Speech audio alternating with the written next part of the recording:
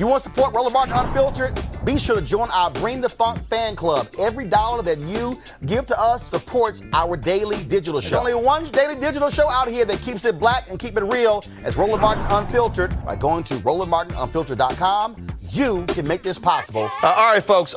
Next story is pretty tragic story. You might remember this out of Alabama. The mother of Nigel Shelby, a 15-year-old who died by suicide in April after persistent homophobic bullying, is calling for an investigation into her son's death. Now, she says that school administrators may have had some influence on Nigel's mental health.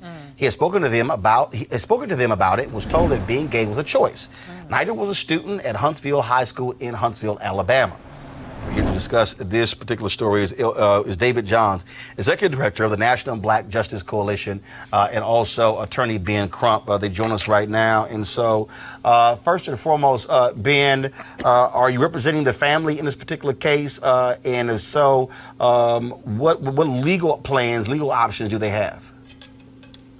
Certainly, Attorney Jasmine Moran and I are representing Kamika Shelby, Nigel's mother. I've never seen a case like this, Roland, where you have precise incidents of the young boy reporting the bullying and the officials giving the most inappropriate responses to this young boy, talking about where it's a choice that he's making. And on top of that, the fact that the school officials, after he died by suicide, they were able to tell his mother where she could find the suicide note in his book bag. What? So why didn't they do anything to try to prevent him carrying out this plan to cause his death by suicide, Roland? It's outrageous. David, the National Black Justice Coalition, of course, represents African Americans, LGBTQ. This story is one of many stories where young folks have killed themselves due to bullying, but in this case, it was different because he was gay. Yep.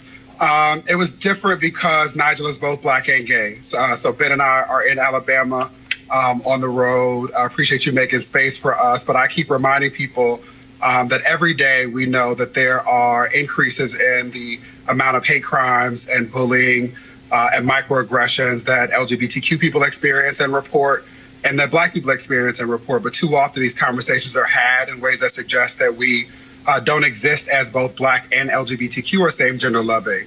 And so the important thing about Nigel is us appreciating that the vast majority of kids in public schools today are diverse. They are racial and ethnic global majority members, although we continue to call them minority here in the United States. They are LGBTQ. More than 50% of high school kids report being anything other than strictly heterosexual. And in spite of all of that, 98% of the workforce, K-12 teachers, are white women. And so we need to have more meaningful conversations about the diversity that is the plurality of experiences in the United States, and to really talk about the responsibility that teachers and educators and first responders have for ensuring that all of our babies feel safe, engaged, and supported. This is really something that's troubling. There was a young man who was elementary school in Houston who committed suicide because of bullying as well. And Ben, what I still don't understand is administrators who act as if there's nothing they can do. Yeah, and Roland, there are many instances of bullying where you don't hold the student or the school accountable because you say the student could have been dealing with all sorts of situations. Here, we can concentrate that the harm being caused to this young man was happening every day he went to school. Even when he went to participate in physical education, they said, well, you don't have to worry about it. They never tried to confront the bullying head on. They just told him it's a choice and he got to deal with it. They never told his mother that he was reporting this bullying. She kept asking about, what's going on with my son. He seems depressed and at times, and they would say everything is fine. It's not until he is dead by suicide that they start telling her all these things about he was coming to the office. His best friend, a young white boy, said, and this is how we know it, the principal told them that it's a choice they're making.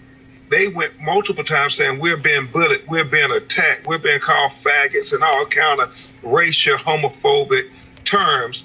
And the school just didn't want to deal with the issue. This young boy's life was taken because the adults they failed to act when they were given so many opportunities, Roland Martin. David Johns, final comment. Yeah, I just want to underscore that point. There are too many of our children, Black children, children who are non-native to this country, for whom English is not their first language, who have a disability, hidden or invisible. And often when we think about schools, many of us think about that as a joyous time and a happy time. But for too many of our babies, schools are sources of trauma. And so our hope is that, one, we can provide Nigel's mother, Kamika, with some answers as to what happened to her baby. And then, two, have conversations about how much more work we need to do so that all of our babies feel safe, engaged, and supported. Both Ben and I have been really clear that Nigel is perfect, exactly as he was formed. He did not make a mistake.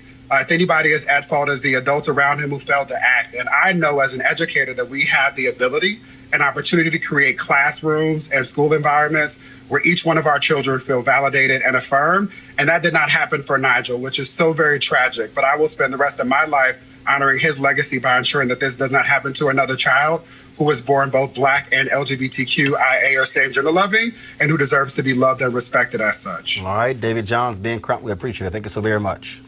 Thank you for making time. All right, folks, back to our Roland Martin Unfiltered video in just one moment. All right, folks, they're back. MarijuanaStock.org is another great investment opportunity. If you were lucky enough to invest in their last crowdfunding campaign, you know they raised a lot of money in just a few months investing in legal marijuana farms. Those initial investors now own shares of a publicly traded company. Last time, of course, again, a lot of you missed it. Now you have a second opportunity for a new investment opportunity that is as good or if not better than the last time. I'm talking about industrial hemp CBD.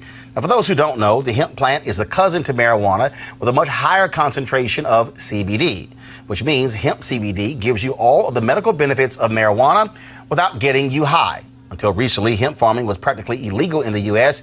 and heavily regulated by the DEA. But the 2018 Farm Bill signed into law makes it illegal to grow hemp CBD in the U.S., creating one of the largest commodities worldwide. They need land and to grow all of the plants. This makes for an incredible investment opportunity, and that's where our good friends at 420 Real Estate come in. Their business model is simple. They buy land that supports hemp CBD grow operations and lease it to licensed, high-paying tenants. That's right, they are hemp CBD landlords, and you can get in on the action, folks. You can invest in this crowdfunding campaign for as little as $200 up to $10,000. Like I said, you don't want to miss out on this opportunity. You should go to marijuanastock.org. That's marijuanastock, MARIJUANA stock.org. That's the website right there. You can get in the game and get in the game now. Now back to your Roland Martin Unfiltered video.